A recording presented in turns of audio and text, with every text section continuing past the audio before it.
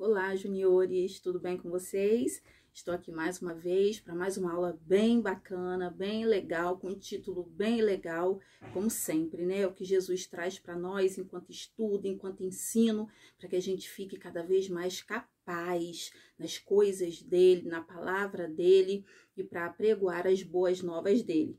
Tudo bem com vocês nesse período aí de isolamento social, de quarentena, nesse período em que nós temos visto e ouvido muitas coisas, mas você tem se cuidado, tem estudado, né? Tem cuidado do seu físico, tem cuidado da sua mente.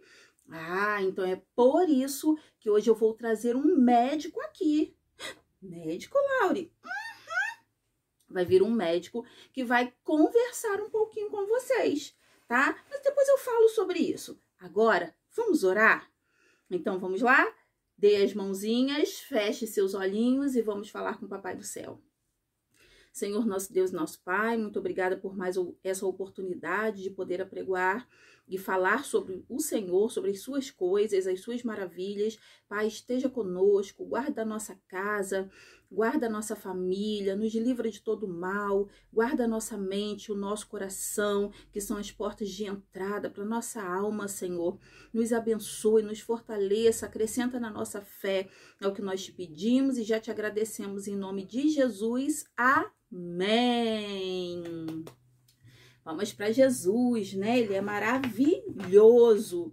E hoje nós vamos falar um pouquinho, olha só o nosso título da lição.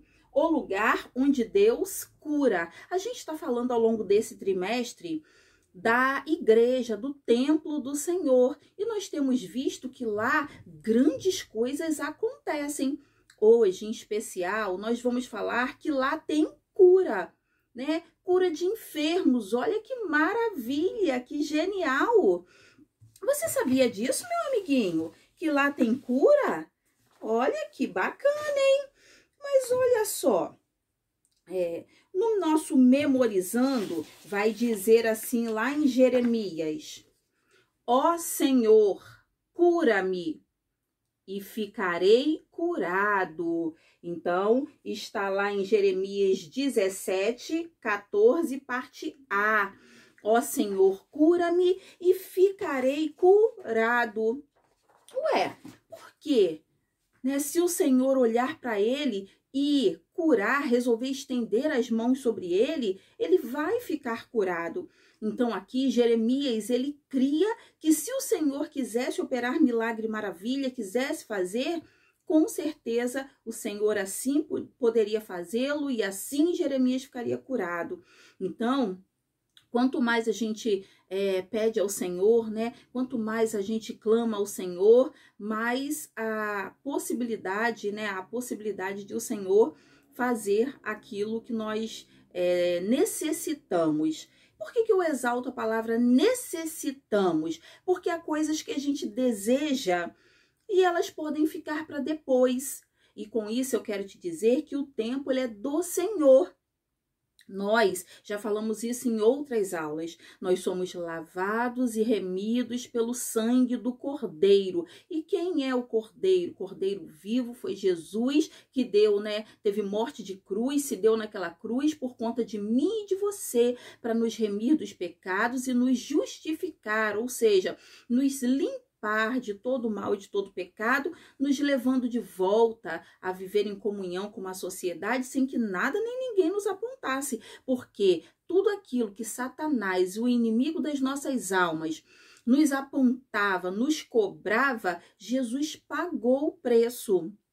Laure, então foi pago o preço? Então, se eu estiver à beira da morte e se eu orar por Jesus, ele vai me curar. É isso que a gente precisa entender. Jesus, ele tem o poder de cura, mas não é que ele vai te curar. Ele pode te curar, mas ele vai fazer isso se for o propósito dele para minha e para sua vida. Eu estou aqui hoje, né, com o jaleco de médico, o estetoscópio de um médico, e estou representando o médico, que já viram que quantas vezes há pessoas que estão mal, estão desesperadas e elas vão em busca de um médico para que possa curá-las. Mas quando chega lá, às vezes é uma doença tão terrível, tão diferente, tão fora do normal, que o médico não consegue fazer nada. Tem médico que vira para o paciente e fala assim: olha, eu acho que se você crê em Deus, é só buscando a Deus para ele te curar, porque eu não posso fazer nada. Mas se ele se estudou e se formou para ser médico e não consegue curar a doença de alguém, porque tem coisas, meu amiguinho, que só Jesus faz. A Bíblia vai falar para a gente lá em João 11, do versículo 3 ao 7, e aí eu vou animá-lo a pegar a sua Bíblia Sagrada, que é boca de Deus para nós, e lermos juntos. Qualquer coisa, dê uma pausa aí no seu vídeo, para que você pegue rapidamente a sua Bíblia e para que você leia junto comigo. Agora, deixa eu te lembrar uma coisa. Quando a gente vai ver o vídeo da EBD, está apostos a fazer alguma coisa do Senhor, a gente já precisa estar com o exemplar da Bíblia em mãos, tá bom? Então, vamos lá. Pegou?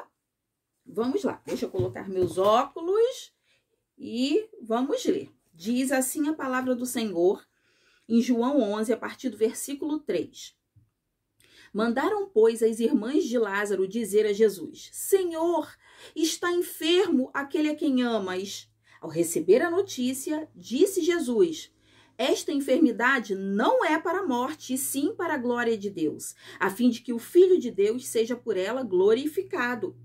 Ora, amava Jesus a Maria e a sua irmã e a Lázaro. Quando, pois, soube que Lázaro estava doente, ainda se demorou 2 dias no lugar onde estava. Último versículo, 7. Depois disse aos seus discípulos: vamos outra vez para a Judéia. Viram só como Jesus, ao saber de Lázaro, ainda esperou 2 dias. Laure, por que ele esperou? Porque, na verdade, a enfermidade e a morte de Lázaro era para que Jesus pudesse mostrar o seu poder, o poder do teu Pai, de Deus. Muitas vezes nós precisamos passar por coisas que Deus precisa intervir, nos ajudar, para que as pessoas que estão ao nosso redor vejam: nossa, verdadeiramente esse homem, essa mulher, essa criança, esse jovem, esse adolescente, esse junior, ele crê em Deus e Deus o socorreu. Como Deus o curou. Já viram essa expressão? Quando as pessoas ficam maravilhadas com coisas que Deus fez ou faz para mim ou para você, e pessoas ao redor ficam maravilhadas, vendo a nossa fé, a nossa credibilidade, né, depositada em Deus e o amor de Deus para conosco. O que eu quero dizer com isso é que o Senhor, ele demorou. E olha que lá em cima, quando chega a notícia para Jesus, fala assim: aquele a quem amas está enfermo. Então, era uma pessoa que ele amava, ele poderia sair correndo. Se você receber uma notícia que alguém que você ama está muito mal, você não vai correr até ele com o intuito de socorrê-lo, de salvá-lo? Claro que sim. Jesus não poderia fazer isso? Claro que sim. Mas ele tinha que esperar naquele momento que Lázaro de fato morresse. Porque se ele chegasse lá e dissesse: ressuscitei, como vou ressuscitar se não havia morte aqui para a ressurreição? Então, a gente precisa entender que tudo que Deus faz é bom. Muitas vezes, há pessoas que vão até morrer. Vão morrer, né? Mas nós sabemos que Deus é aquele que conhece o nosso amanhã. Ah, Laure, mas e se essa pessoa já estivesse no Senhor? Mas você sabe lá, se no outro dia, de repente, ele não iria para um bar beber, ele não iria usar uma droga, ele não iria fazer algo errado que fosse tirar ele dos caminhos do Senhor? E com isso eu entro para te falar uma coisa. Nós precisamos nos afastar do pecado. Efésios 5, olha o que diz para nós Efésios 5:11, nos orientando, sabe a quê? A procurar bons amigos e boas amizades. Diz assim: e não sejais cúmplices nas obras infrutíferas das trevas. Antes, porém, reprovai-as. Já viram pessoas que não aprovam coisas erradas que outras estão fazendo, mas não tem força, não tem coragem para dizer para ele: ei, meu irmão, não faz isso não, né? Jesus não se agrada disso, você está fazendo coisa errada. E aí sabe o que vai acontecer? Automaticamente ele vai lá e se junta com aquela pessoa. E aí ele começa a fazer as coisas erradas igualzinho àquela pessoa. Então nós precisamos entender que nós não devemos nos juntar com aquele que está fazendo coisa errada. Nós devemos, se pudermos, se tivermos como, orientar essa pessoa para que ela saia do caminho do erro. Por quê? Quando nós estamos, no pecado, é como se, tudo ficasse cinza, escuro. E aí, essa sombrinha aqui que representa o pecado impede que as chuvas de bênção do Senhor se acheguem a nós. Vejam como o ambiente onde eu estou aqui agora, embaixo da sombrinha, ficou muito mais escuro. Sabe por quê? Porque quando não tem a luz do Senhor, a pessoa vive numa escuridão. Mas quando, a luz do Senhor, olha como ficou tudo mais claro, mais alvo. E é isso que Deus quer. Muitas vezes nós estamos no pecado, fazemos coisas erradas e o nosso coração fica assim, azedo, estragado e só fazemos coisas feias. Mas o Senhor nos convida para isso, para buscar o amor dele, na palavra dele, nas pessoas, que estão no caminho dele, para que nós possamos fazer aquilo que é agradável a Cristo. E quando nós estamos no pecado, há uma separação, mas Deus nos ama tanto que, a cruz dele faz com que nós nos aproximemos do Senhor e que nós venhamos sair, do pecado que tão de perto nos assola. Então, Tiago 5, do 14 ao 16, vai dizer, se alguém está enfermo, chame o presbítero da casa do Senhor para que ele vá lá, para que ele faça oração, e vai dizer que com fé, a fé tem muito poder. Aquela pessoa poderá ficar curada, se for propósito de Deus para minha e para sua vida. Creia sempre nisso. Porém, meu amiguinho, tudo o que Deus faz é bom. Tudo o que Deus faz é bom. Creia nisso. Quando Deus se revelou ao povo de Israel, ele se revelou como Jeová Rafá, que é o Deus que cura. Então, Jeová Rafá, quando você ouvir essa expressão, significa o Deus que cura, tá? E o Deus que cura está comigo, está com você, e ele tem nos curado, nos libertado, nos guardado, nos protegido, nos abençoado, e nenhum mal sucederá à nossa tenda, tá? Nenhum mal se chegará a nós, porque o nosso Deus é bom. Para a gente começar a terminar, eu quero te mostrar aqui que eu tenho, um saco cheio de água. E esse saco significa o nosso relacionamento com Cristo. Quando a gente vai para Jesus e conhece Jesus, reconhece a tua palavra, o poder dela e vive as coisas dele, a gente vive assim, numa amizade, num relacionamento de intimidade, repleto de amor, de alegria, de carinho, de atenção, de busca na palavra, de fé, de oração, de respeito ao Senhor, de tudo aquilo que ele requer de nós. Mas quando nós nos achegamos ao pecado, às coisas erradas, aí vem, a decepção do Senhor conosco e essa água começa a minar.